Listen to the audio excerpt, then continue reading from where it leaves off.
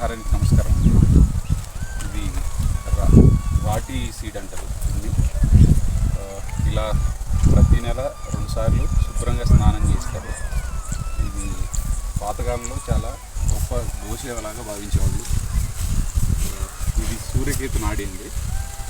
ఈ నాడి ద్వారా మన సూర్యుడి నుంచి శక్తిని తీసుకొని పాలల్లోకి కానీ